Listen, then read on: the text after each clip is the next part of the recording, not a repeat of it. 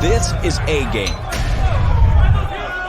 Fast acting, long lasting, with no side effects.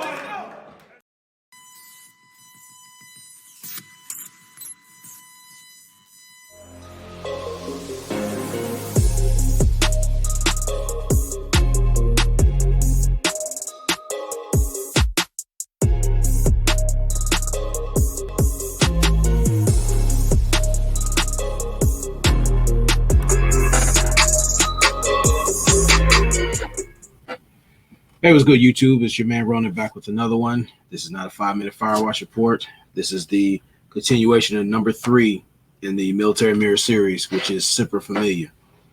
Now, before I get into it, I'm going to do things drastically different from here on out.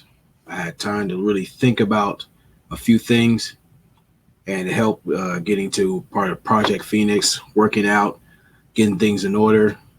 A lot of great things have been moving in the right way. Some things I had to rework, but I will complete those things I need. And with that being said, shout out to A-Game Nation, to all the new subscribers and old. Salute to you guys, especially the veterans out there. This is mainly catered to you guys. So much love to you guys, Semper Fi, and let's get into it. Now, this applies to both active duty and those veterans who are back into the civilian theater. Now, I hope that you guys are making a better or sound transition as best you can. But this series that I'm putting out is dedicated to you because of my personal experiences. And if I can help, so be it. But this is my contribution. So, as usual, this series ties into the 11 general orders that we've been accustomed to and how they apply not just in the service, but outside the service, out here in the civilian theater. So with that being said, the first general order, and I changed it a little bit to take charge of this post and all my property / people in view. Now, I can show you the 10 life values, which I usually do, but you should already know that by now. And the main thing we talk about is the spiritual part. Talk about leadership. But one of the most important things that deals with the people you are tightly knit with, that you bond with, that you associate with for most of your days. That's your fire team. I've always said you have to be the commanding officer of your life. So when it comes to how you carry yourself, the people you associate yourself with are a reflection of your company. That's your fire team, your group, your core, your crew. One of the most important glues to having it, aside from system, order, and structure, is integrity. The quality of being honest and having strong moral principles, moral uprightness, the state of being whole and undivided, especially in this day and age where you're having people with the Me Too's and all this internet fuckery and what have you. You're only as strong as your weakest link. There's many things we've been told in the Marine Corps and the service. We talk about esprit de corps. We've always been told never leave your man behind. Things of that nature. We always had things as far as like cadence. And with me being a budding NC non-commissioned officer at the time, there were individuals that didn't like the fact that I had freestyle cadence, and they were good. It's just they didn't like change. Now that's the thing about your leadership and integrity. When you have your crew, you know you have your strengths and weaknesses. Shout out to my brother, Chief Stay Sleep. He's always said, know your role and play it. Some people are meant to be the point man. Some people were meant to be squad leader. And whatever roles you find comfortable for that person to fill, allow them to do their thing. That way we keep that social cohesiveness wherever we go. Now, per my suggestion, and when we went to Charlotte, just to meet up because personally, I got sick and tired. We agreed. We got sick and tired of speaking on the internet and on the phone. That was cool, but there are many of us who like to see people in real time, face to face. That way, you get the real education of learning this person and vice versa. See if everything matches up. So when it comes down to it, more than anything, this is always going to be the boot camp that you put everybody through. I don't care if it's your dog. I don't care if it's your mom, your dad, your friends, girlfriend, goldfish, whatever. There's always going to be time, toll, trouble, and threat 24/7. You must adhere to these things because it's a matter of life and death, especially nowadays. This goes into your assessment. We're talking about using your masculine light correctly. Learn how to use the 4 Ps. You know the time-honored chart. How you provide, how you problem solve, how you protect, and your procreation. But that varies depending on the situation you're in. So when it all comes down to it, with you being a part of the fire team as a collective, men, as your foresight and your intuition play heavily in this. Even in the good book, it even says some individuals you'll become closer than a brother. And many of us find out the hard way. Just because you're blood related doesn't mean they can relate to you. And you have to really fully assess who you're around. Not just who you're around, but who you are when you're around certain people. Because if you're not careful, you will allow individuals to imprint you with a poor standing. So when we get down to it, we need to break things down in a realistic sense by the numbers. There's always going to be people who do 5 different things. These are people who either come to give you something you don't have, both positive and negative. There are also people who come to take something from you, positive and negative. Same thing with division. These are people who come to separate you from people and things. And then there'll be others who will come to increase something that you already have. Now in the middle, you got to be very weary of the middle. Me personally, I fucking hate gray area. I'm the type of man that prefers absolutes. Yes, no. Thank you, fuck you. No in between. In between, it gets a little shady out there. I'm not a fan of that. I don't feel comfortable with that. Because a lot of times with the hypervigilance, and then when the bullshit sensor starts acting up, this is where I started taking a serious side-eye at things. It's all about preservation when I'm talking about all my veterans, men in general, but my fellow veterans, you already know. People get a little shady, especially when they know you're military connected, what your benefits are, all those things pertain to you, because some people, don't like the fact that you get a sense of preferential treatment in certain areas. That's why people shit on us a lot. So let's break down the whole things with the associations, be it whatever level. Let's start with the yes people. Now, these are the followers who their participation is very high. They have a strong belief in the leader and they are actively support them. The follower has low or independent critical thinking skills and follows or adopts the leader's ideas to provide support. Now, a lot of these chicken heads don't give a shit about these S's oracles, but a lot of them will refer to women they lowly bash and call pick-me's as the what I said before, the conformist followers. However, that could be nothing further than that's some bullshit. What we look for in women is different than we look for in our friends or associates. When it comes to these individuals, these yes people, they don't hold you accountable. They will follow you to the end, especially if it's on some bullshit, some ratchet shit. When it comes down to violating SOS or bending it, these are the individuals that you will see. Yes, sir. Yes, boss. We will do whatever. They're lit. But the thing is, if you are a valued friend, you're like, nah, man, look, this ain't right. This ain't cool. But you will see no opposition with these individuals. They know it's fucked up. And they'll fall off the cliff with you. So you got to be mindful of those people because, again, it violates system, order, and structure. Then you talking about the passive followers. All due respect to my brother Sheep. This is no association to him.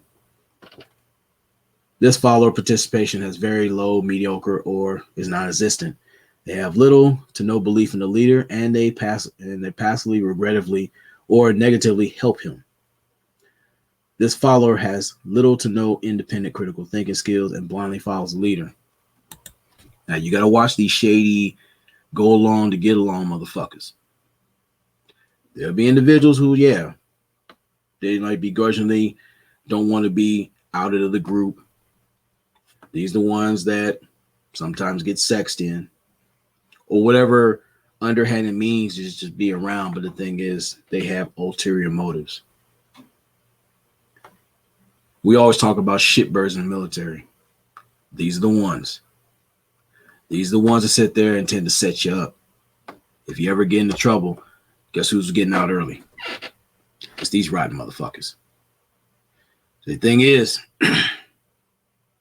when it comes to accountability and integrity, those two I mentioned, they're the warped versions of things.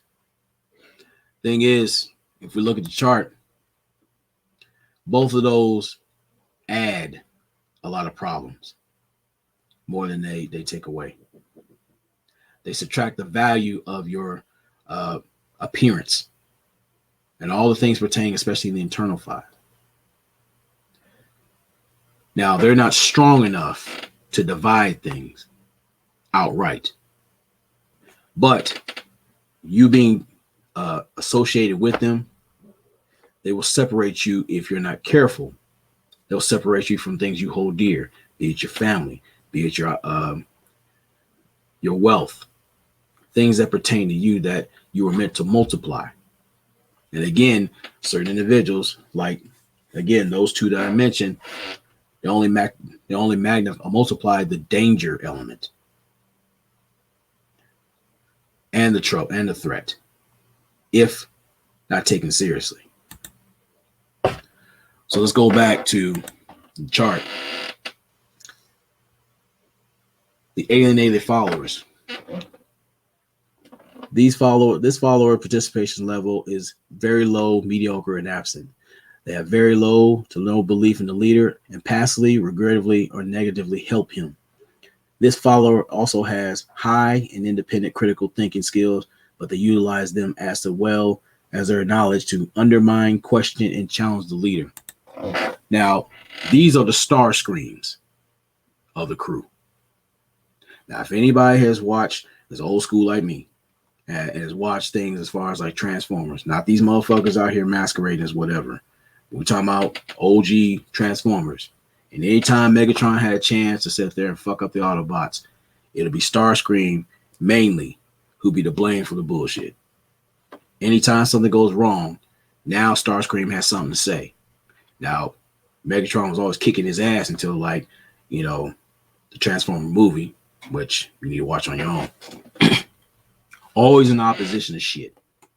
And it isn't always directly. Sometimes they open the door to bullshit. These are the motherfuckers out here, the chatty patties. These are the motherfuckers out here who have ultimate ulterior motives. They will no doubt blindside you with bullshit. Just because you have people having the same banner doesn't mean they're on the same agenda. How many veterans can attest to this shit? We have individuals out here, either they got promoted or what have you.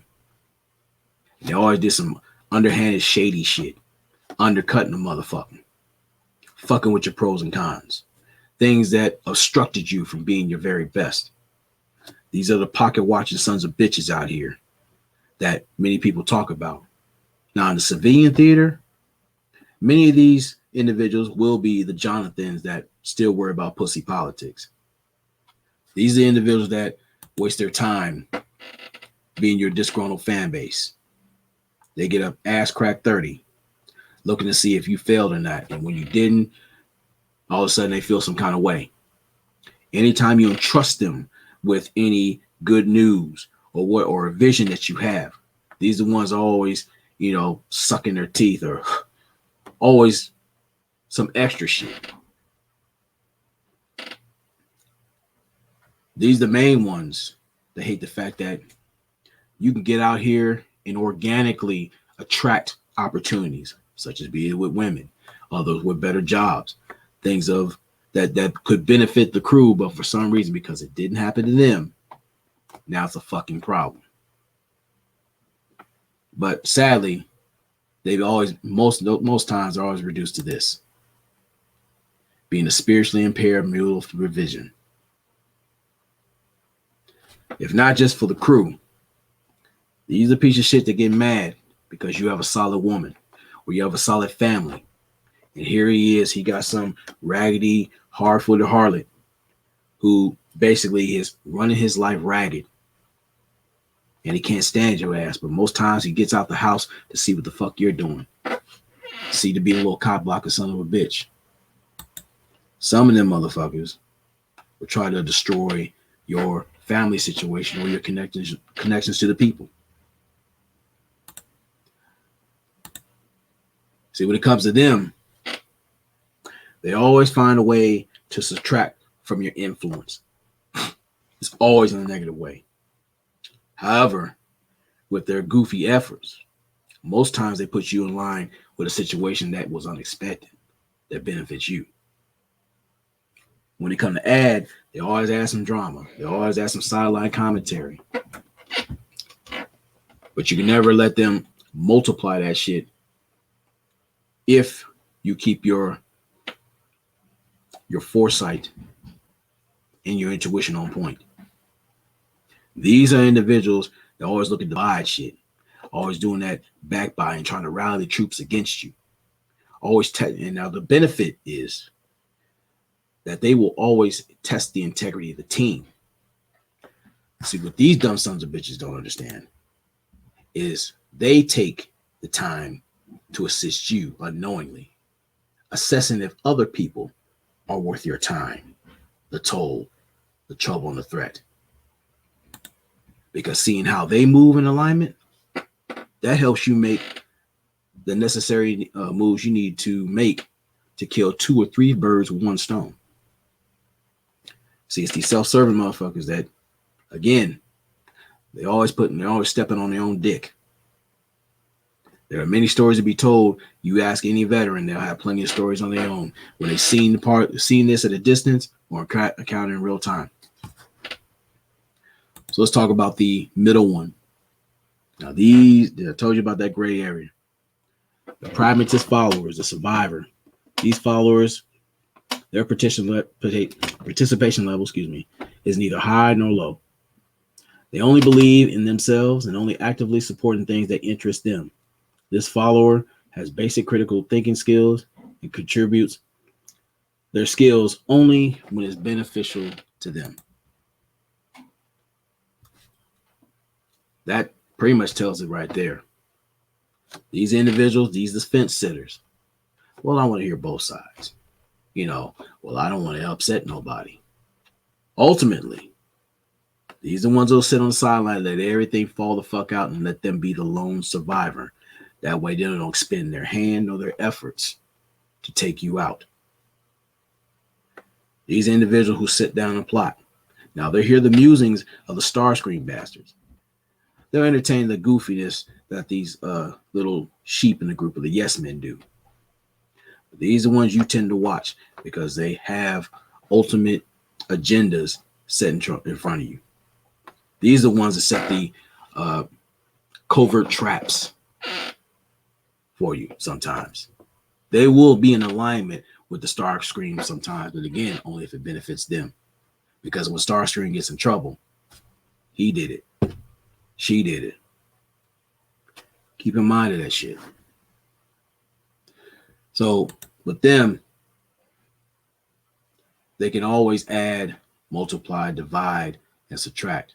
But again, you have to remember, they're only worried about themselves. It doesn't benefit. If it doesn't benefit them, they do care less. Now, if it helps you, cool, but you don't want a half-ass motherfucker running with your crew. They are the ones who could be part-time snitches too, if it benefits them. These are the ones you don't want to go to jail with. These are the ones you don't want to sit there and get in a fight with, because again, they might throw a few blows if it's beneficial to them. But if it doesn't, they'll be sitting on the sidelines. Some of them might even help with a sneak attack, push you in the harm's way.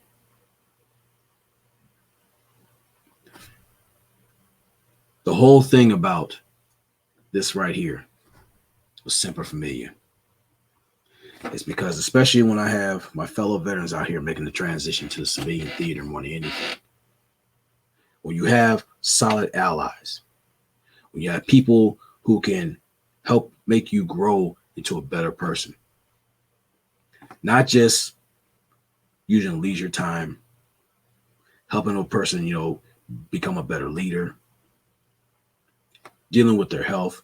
I mean, like, how many times do you see it beneficial when you have a gym buddy to go with, to work out with, challenge each other? Are they speaking life into you, or are they fucking adding death to you? Are they a benefit, or are they always on that bullshit? You got to ask yourself, when we look at the 10 life values, how do these individuals add to this? Do they help with my spiritual? Are they beneficial to my health? Can I rely on this person when I'm going through something? Can I establish trust with this person? Is this person consistent on a good basis? Do they make you feel like family? Because when you have people who are solid, they learn how to turn a house into a home, which comes to your dwelling. We're talking about how they add to the atmosphere. How can they protect you in those times of need? How can they stand there when you need them the most? When you need them to tell you the truth?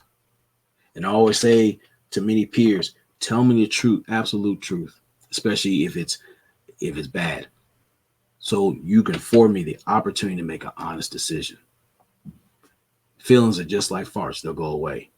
However, if I have to hear from a third party, fourth party, whoever, what you have to say is bullshit, because it doesn't work with actions, words, and intent, not in concert. What about our parents? Can you take your friends anywhere and represent in the right way? Not just in public, but in private. Who are they entertaining in public and private? That deals with your appearance. See, we have a lot of opportunities to confide in each other as friends and whatnot. And with the military, some of us deal with certain traumas or certain issues, or some, be it a veteran or civilian. We go through our respective shit. But how do these people add to the appearance when they're out there doing fuck shit and you have to explain that? Can you hold them accountable? Or is it just like, well, it's selective accountability, it's shaky area? You're supposed to move as a collective unit. How are your communication skills? Can you handle conflict resolution, or you always have to bail this person out because they're always extra on some bullshit? Do they look out for your best interests? Then we talk about the mobility part. What happens when you're dealing with the community? How are they adding to it or taking away from it? What are you doing as far as with agency? Do you gain that sense of that around them? What about your education? What are you teaching them? See, I have my peers where we talk about things about self-defense, things about fitness, spiritual things. We talk about ideas, not just how to acquire wealth financially. I'm talking about wealth and information, fulfillment. How do we promote each other to be better? What about the things as far as our profession? Because as men, most times we don't give a shit about what a person does. Because if you're a real tight clique, you get down, meet up, play pool, get into the leisure part, go to the gym. Sometimes we play video games, sit there, talk shit, snap on each other, things like that. But what does it say when you're stuck in a space where you have people who are cool to go out with, but you can't trust them with the innermost part of yourself? You can't trust them with your vision. You can't trust them with money. You can't trust them with your loved ones. Then you have to really assess who you call friends. How do they hold up when adversity is staring them right in the face? They can tell you anything. See, again, we talk about actions, words, and intent. And the fourth element, consistency. Does everything match up? See, the thing is, we have individuals who are in love with this space to the point where, and shout out to LER movement, if they're not talking about bitches, if they're not investing in bitches ain't shit coin, they have nothing to talk about. See, if you're talking about seeing the best out of your peers, you would expect them to grow from the individual that you saw for the first time. You will hope to see some progressive growth, to be better men, to make better decisions, to evolve into another man. As I say, the book of Ronin, chapters.